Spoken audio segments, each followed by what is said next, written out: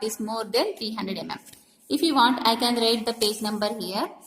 See, you will be getting the value of K from the page number 72 and from the class 40.2.1.1.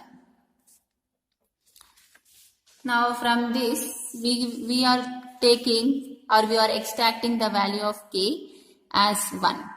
As we got the formula for tau C and we got the value of K, you just substitute it in the next step. On substituting it, you will be getting, in the place of K, you substitute the value as 1 into 0.25 into root under FCK. The value of FCK is 20. On simplifying this, you will be getting the value of permissible shear stress as 1.118 Newton per mm square. Now you compare the permissible shear stress value with the nominal shear stress. You compare tau V with K tau C.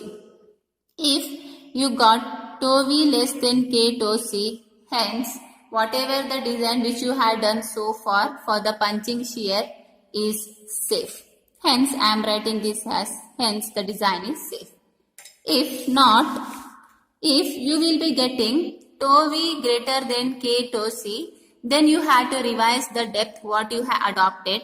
For revising the depth or for the depth required, the formula what you have to consider is dF is equal to VU punch divided by 2 into A naught plus B naught into K into tau C.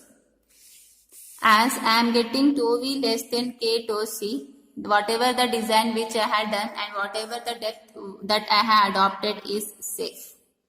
Now, let us find the overall depth of the footing. In order to find the overall depth, we first have to assume the effective cover. See, for the effective cover of the footing, we can assume it as 60 mm. Here D dash represent the effective cover of the footing which is equal to 60 mm. Hence, the overall depth is written as dF is equal to effective depth plus effective cover. That is dF plus D dash.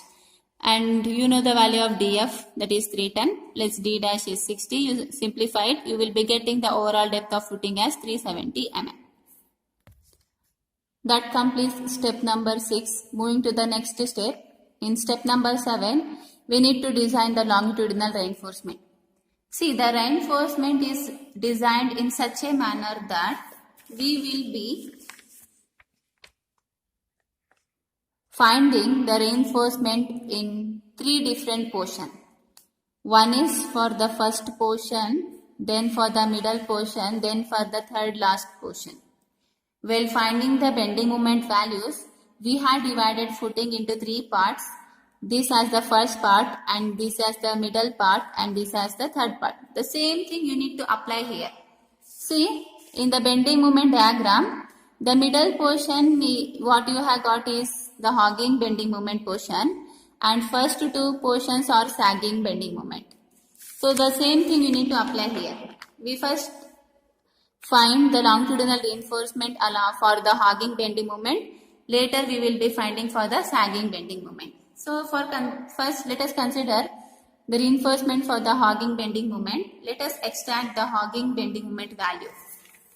See, the maximum hogging bending moment from step number 4, what we have got is mx is equal to plus 343.73 kilonewton meter. You first have to write down the value of bending moment, what you have got, and then you find out the ultimate bending moment value. To find the ultimate bending moment, you need to multiply the working moment with the factor of safety 1.5. Multiply it, you will be getting 515.60 kilonewton meter.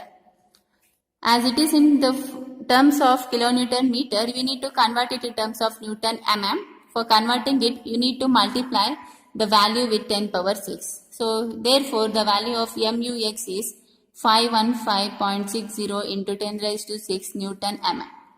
Once you will get the bending moment value, you need to find the reinforcement. To find the reinforcement, the formula to find the area of steel is mu is equal to 0.7 Fy ASTD into 1 minus AST Fy by BD into FCK. So this is the formula for the moment of resistance for the under reinforced section.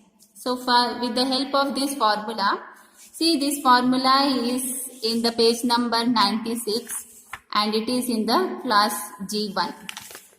If you want, I will write the page number here from page number 96 G.G1.1. From annexure G, you will be getting this formula. Now in this formula, you will here